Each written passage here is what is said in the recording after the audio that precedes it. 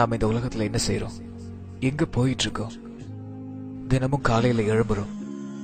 அந்த நாள் நம்மள வரவேற்குது. ஏன் எதுக்கு என்ற எந்த கேள்விகளும் இல்லாம அப்படியே நம்ம தொடர்ச்சியா போயிட்டு இருக்கோம். உன்னால எவ்வளவு முடியுமோ அவ்வளவு சம்பாதிச்சுக்க. சோர்ந்து போயிடாத, களைச்சு போயிடாத. டிவியில எதையெல்லாம் பாக்குறியோ அதெல்லாம் அப்படியே செய்.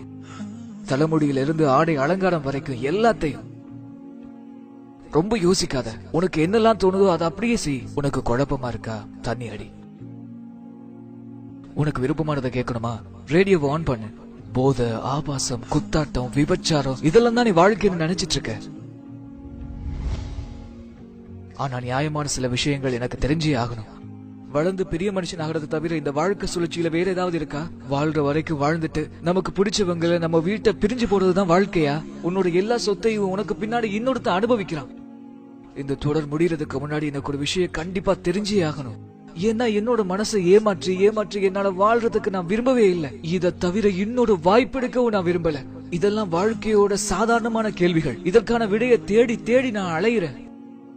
நாம இங்க என்ன நோக்கத்துக்காக வந்திருக்கோம்? நாமெல்லாம் எப்படி இங்க வந்தோம்? யார் நம்மளை இவ்வளவு நேர்த்தியா படைச்சது? இந்த உடல்ல எந்த விதமான குறைபாடையும் காண முடியாத அளவுக்கு நம்மளை இவ்வளவு அழகா படைச்சது யாரு? நாம இந்த உலகத்தை விட்டு போகும்போது நமக்கு என்ன நடக்கும்? இல்லனா இந்த உலகத்துக்கு மதிப்பு இருக்கா இல்லையா? இந்த கேள்விக்கெல்லாம் நம்ம கிட்ட பதிலே இல்ல. இந்த உலக வாழ்க்கைக்கு நோக்கமே கிடையாதா? எல்லாம் தானா உருவாகிச்சா?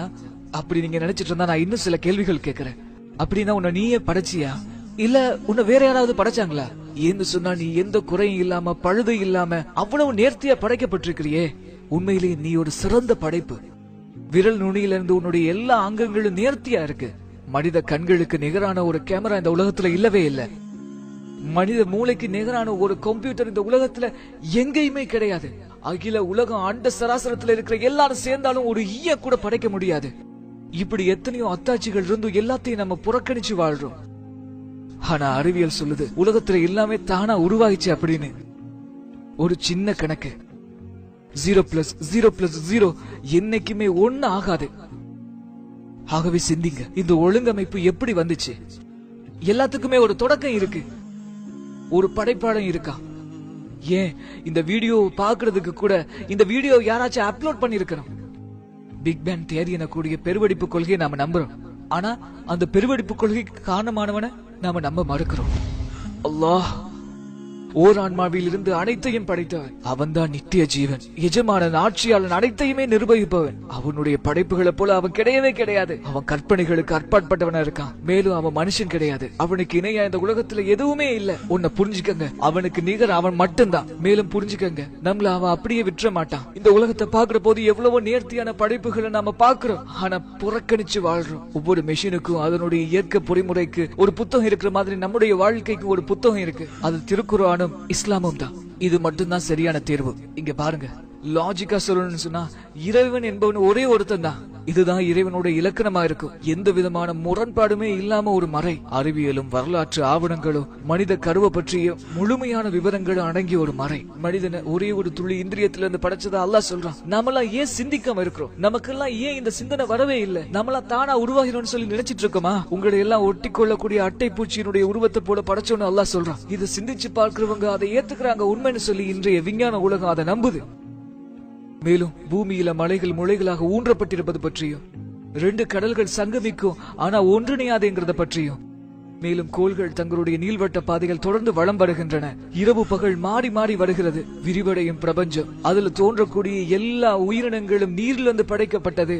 இன்னும் எத்தனையோ வரலாற்று சம்பவங்களும் பாதுகாக்கப்பட்ட ஃபிரௌனுடைய உடலும், உலகிலேயே ரொம்பவும் தாழ்வான பிரதேசமான ரோம் தேசத்தை பாரசீகம் என்றது. விலா எலும்புக்கும் முதுகுக்கு இடையில பீரிட்டு ஓடக்கூடிய நீர்ல இருந்து மனிதன் படைக்கப்பட்டான். இப்படி எத்தனையோ விஷயங்கள் ஒரு வார்த்தை கூட மாறாம அப்படியே இன்னைக்கு நம்ம கண் முன்னாலே இருக்கக்கூடிய வேதம் குர்ஆன் மட்டும்தான். தயவு செஞ்சு எனக்கு விளக்க சொல்லுங்க. 1400 வருஷங்களுக்கு முன்னாடி இந்த உண்மையை ஒரு சாதாரண மனுஷனால சொல்ல முடியுமா? அதுவும் எழுத படிக்க தெரியாத ஒரு மனிதரால எப்படி இந்த விஷயங்களை எல்லாம் சொல்ல முடியும்? இறைவனுடைய வானவர் சொன்னதை அவர் அப்படியே மனிதர்களுக்கு சொன்னார். இதுதான் உண்மை. இதுக்கு பின்னாடி நீங்க ஈமான் கொள்ளல, நம்பிக்கை கொள்ளல அப்படின்னு சொன்னா நீங்க இந்த குர்ஆன்ல இருக்கிற மாதிரி ஒரே ஒரு வசனத்தை கொண்டு வாங்க அப்படின்னு சொல்லி இன்னைக்கு வரைக்கும் குர்ஆன் நமக்கு சவால் விட்டுக்கிட்டே இருக்கு.